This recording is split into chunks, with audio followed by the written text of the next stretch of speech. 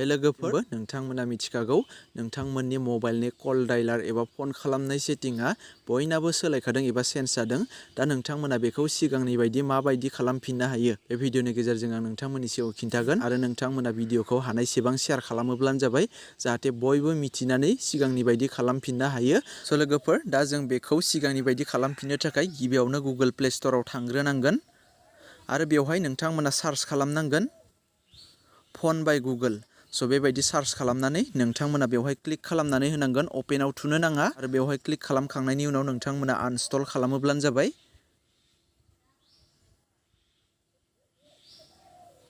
स' नै बेखौ बेक खालामदो आरो नोंथांमोना एबार फन खालामना नायोब्लानो जाबाय एबा डायेल खालामना नायोब्लानो जाबाय सिगांनि बायदि जाफिनदोंना जाफिना।